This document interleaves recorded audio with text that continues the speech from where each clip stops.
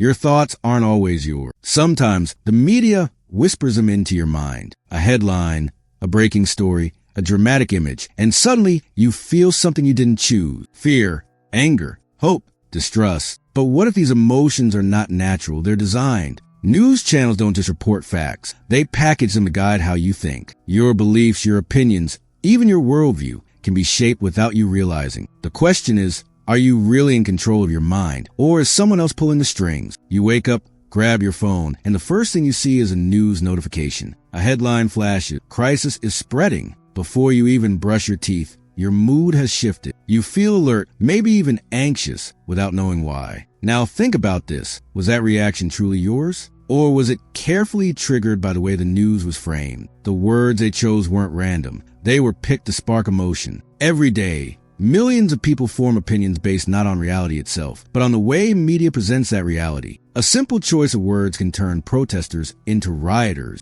A single image can make someone look like a hero or a villain. And slowly, without realizing, viewers start adopting these narratives. At work, in conversations with friends, even on social media, you repeat what you've heard. It feels like your opinion, but often it's an echo of the media. This isn't limited to politics or world events. It stretches into culture, lifestyle, even the products you buy. Why do certain brands suddenly feel more trustworthy? Why do certain topics dominate your dinner conversation? Because repetition and emphasis make some ideas louder than others. The truth is, news channels aren't just delivering information. They're constructing frames, windows through which you see the world, and whatever falls outside that frame, you rarely notice it. So, when you think about your beliefs, you might ask, are they the result of free thought or the byproduct of carefully crafted stories? This psychological phenomenon is called framing and agenda setting. It sounds technical, but in simple words, it means this. Media doesn't just tell you what to think about.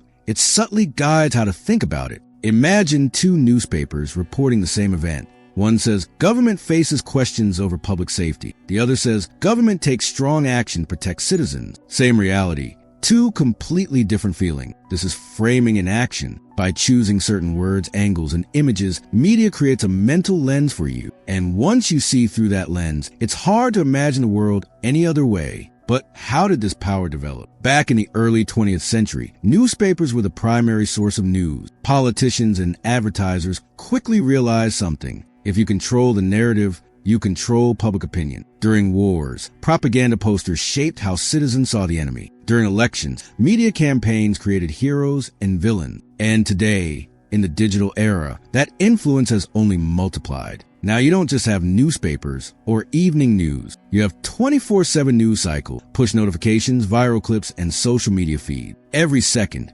content is competing for your attention. But here's the catch. Your brain can't process everything. So it picks the most repeated, most emotionally charged stories. And guess who decides which stories you see over and over?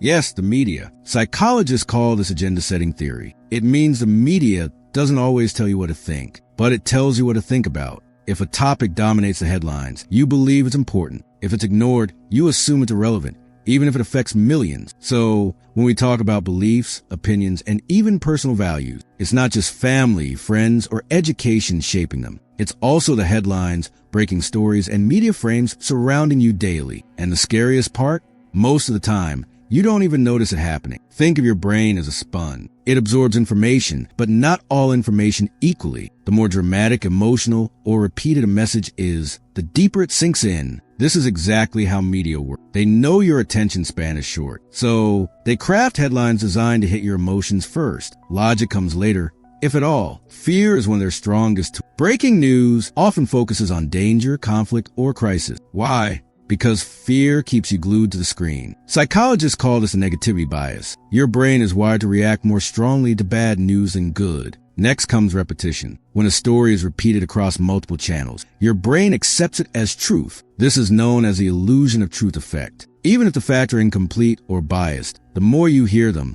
the more true they feel. Now add visual. Images are not neutral. They shape memory far more than words. One photo of a crying child at a border can move millions, while statistics about thousands of children might barely stir emotion. This is called the identifiable victim effect. Media also plays with contrast. By showing one side as powerful and the other as weak, they create a simple narrative your brain can easily digest, good versus evil, victim versus oppressor. Complex realities are simplified into emotional stories, and then there's selective silence. What you don't hear about is just as important as what you do. If certain issues never make it to prime time, you may never realize their importance in the first place. A famous experiment in the 1970s proved this. Researchers found that when TV channels gave more coverage to specific political issues, viewers consistently ranked those issues as the most important problems in society. Even though their personal lives were unaffected, media attention alone changed their priority. Fast forward to today. Algorithms amplify this effect. News feeds are personalized, showing you stories you're most likely to engage with. This creates echo chambers, where you only see content that confirms your existing beliefs. And the more you see it,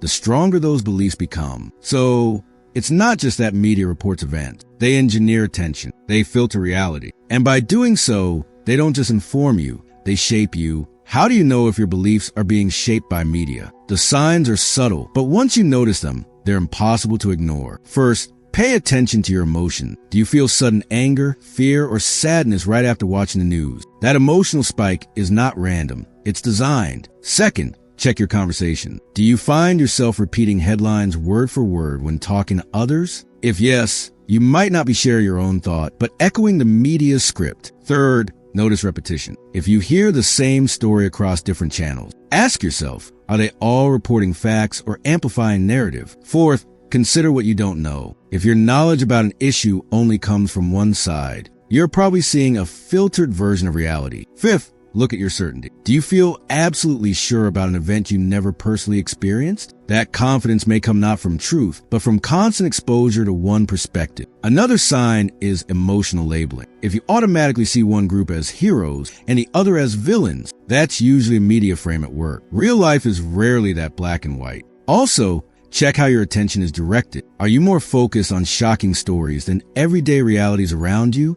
That's because the media has successfully hijacked your focus. A big giveaway is when your mood shifts with the news cycle. One day hopeful, the next day fearful, all depending on what's on screen. Your emotional thermostat shouldn't be controlled by a newsroom. Finally, reflect on your beliefs. If you can't trace why you believe something, if your only answer is, I saw it on the news, then chances are the belief was planted. The truth is, recognizing these signs takes courage because it forces you to admit, not all your thoughts are fully yours, but awareness is a first step. And once you see the strings, you can no longer be a puppet. So, how do you protect yourself from this invisible influence? The answer isn't to avoid media altogether. It's to engage with it wisely. First, always question the source. Ask yourself, who is reporting this and what might be their agenda? Remember, every channel has perspective. Second, compare multiple outlets. Don't rely on a single channel or newspaper. When you see the same event from different angles, the truth becomes clearer. Third, slow down your reaction. When a headline sparks instant anger or fear, pause. Ask, why did this make me feel this way? Was it the event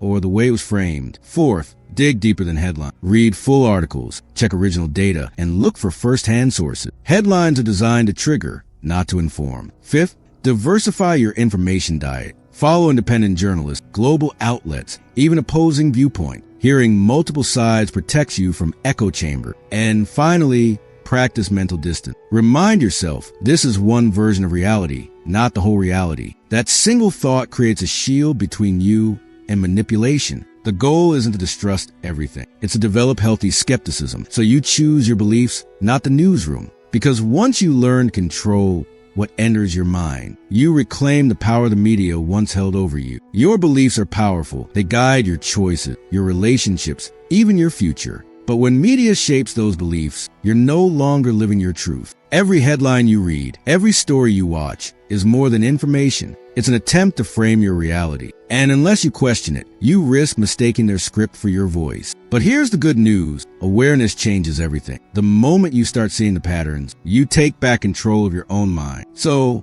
ask yourself, are your beliefs truly yours or borrowed from media? If you want to learn how psychology, persuasion, and influence shape everyday life, this channel is for you. Subscribe, stay aware, and remember, the strongest mind is the one that thinks for itself.